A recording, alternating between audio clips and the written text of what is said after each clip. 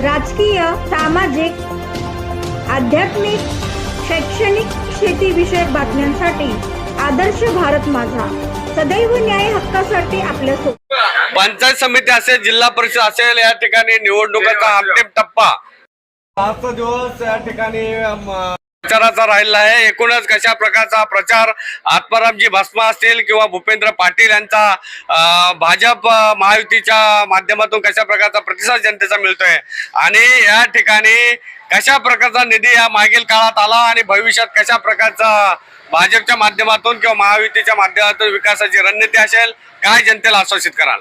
बघा, माझ्या मते तर असं आहे का 2 वर्षापासून आमदार निधी आपल्या गावामध्ये जवळजवळ 1.5 कोटी आमदार निधी आमदार साहेब आपण या 2 वर्षाच्या कालावधीत आपल्या गावासाठी दिलेला आहे. आणि नेरा जिल्हा परिषद मध्ये टोटल 112 कोटीचा निधी हा आमदार साहेबांनी दिलेला आहे या पंचवार्षिक कालामध्ये.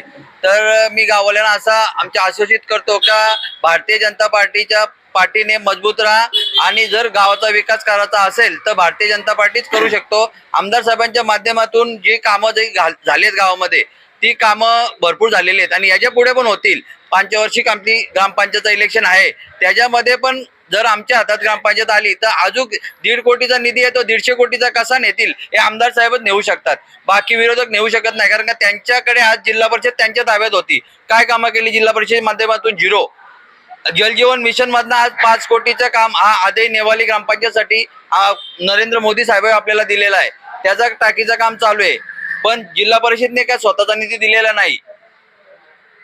या ठिकाणी पंचायत समिती असेल, जिल्हा परिषद असेल, माननीय प्रशांतजी ठाकूर आमदार यांनी कोट्यावधीनं या ठिकाणी निधी दिलेला तर त्यांनी सांगितलंय.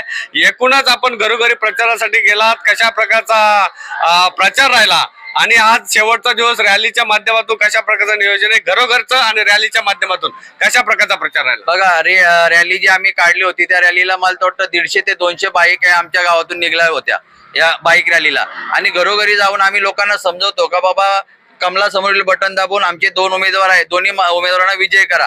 जर आदई तळाचा विकास किंवा आदई पंचायत समितीचा विकास करायचा असेल तर भारतीय जनता पार्टीच्या माध्यमातूनच विकास होऊ शकतो.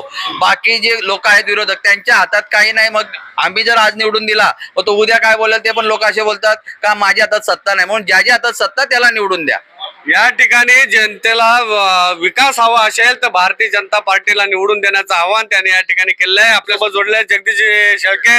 या ठिकाणी कशा प्रकारचा प्रचार राहिला, जनतेची कशा प्रकारच्या या ठिकाणी सहानुभूती लाभली आणि भूपेंद्र असतील किंवा आत्मारामजी असतील कशा प्रकारचं पंचायत समिती जिल्हा परिषद आपल्या गटातून निवडून येईल आणि कशा प्रकारचं चित्र या ठिकाणी पाहायला मिळते? नक्कीच जनतेचा भरपूर प्रतिसाद आपल्याला या ठिकाणी दिसतोय. या 1.5 ते 2 वर्षामध्ये आदई ग्रामपंचायतमध्ये आमदार प्रशांत दादा ठाकूर असतील, जे पनवेलचे कार्यसम्राट आमदार म्हणून ओळखले जातात, त्यांनी जवळपास 1,53 लाखाची निधी आपल्याला त्यांच्या आमदार निधीमधून दिलेली आहे. आणि ती निधी फक्त कागदोपत्री नाही आहे, तर आपण रस्त्याच्या माध्यमातून ती निधी आपण वापरलेली सुद्धा आहे. तर हे सर्व चित्र आपण बघितला. देशामध्ये सरकार भारतीय जनता पार्टीची आहे, राज्यामध्ये सरकार आणि इथला जो स्थानिक आमदार आहे तो सुद्धा भारतीय जनता पार्टीचा आहे. या दृष्टिकोनातून ज्या निधी देण्याचा काम असणार आहे तो फक्त भारतीय जनता पार्टीचा असणार आहे. त्या दृष्टिकोनातून जनतेने हे भूपेंद्र शेठ पाटील जे आपले पंचायत समितीचे आदई पंचायत समितीचे सदस्य आहेत, याच्यापुढे जर त्यांना आपण भरघोस मतदान या ठिकाणी केला तर 100% आपण त्यांच्याकडून हक्कात निधी मागू शकतो आपल्या गावातून. या दृष्टिकोनातून सर्व जनतेला मी आवाहन करतो की भारतीय जनता पार्टीचे जे 2 उमेदवार आहेत, नेरा जिल्हा परिषदचे जे आत्माराम भस्मा आणि भूपेंद्र शेठ पाटील यांनाच भरघोस मताने निवडून द्यावा ही सर्वांना मी विनंती करतो. या ठिकाणी जगदीश शेळके हे युवा पिढीचं नेतृत्व या ठिकाणी आदायमधून करतात. अतिशय राजकीय आणि सामाजिक वाटचाल त्यांची जोरदार या ठिकाणी पाहायला मिळते. एकूणच त्यांनी आमदार साहेबांनी कोट्यावधीचा निधी या ठिकाणी रस्त्यांच्या कामाला असेल किंवा भविष्यात या ठिकाणी जर विकास कामाला प्राधान्य द्यायचं असेल तर सत्ताधारी आमदार प्रशांतजी ठाकूर यांच्या माध्यमातून विकास पाहायला या ठिकाणी भविष्यातही मिळणार आहे. आणि त्या अनुषंगाने महायुतीला या ठिकाणी प्राधान्य देऊन निवडून देण्याचं आवाहन केलेलं आहे. आपल्यासोबत युवा पिढी जोडलेली आहे. कशा प्रकारचा प्रचार त्या ठिकाणी जनतेसमोर जाताना काय अनुभव आले? आदय ग्रामपंचायतमधले जे भारतीय जनता पार्टीचे कार्यकर्ते आहेत अतिशय चांगल्या पद्धतीने प्रचार करीत आहेत, अतिशय चांगल्या पद्धतीने काम करत आहेत, मेहनत करीत आहेत. त्या दृष्टिकोनातून आम्ही जर बघितलं तर आज आपण विरोधी पक्षांचं जे हे आहेत कार्यालय वगैरे तिथं काही दिसत नाही आहे.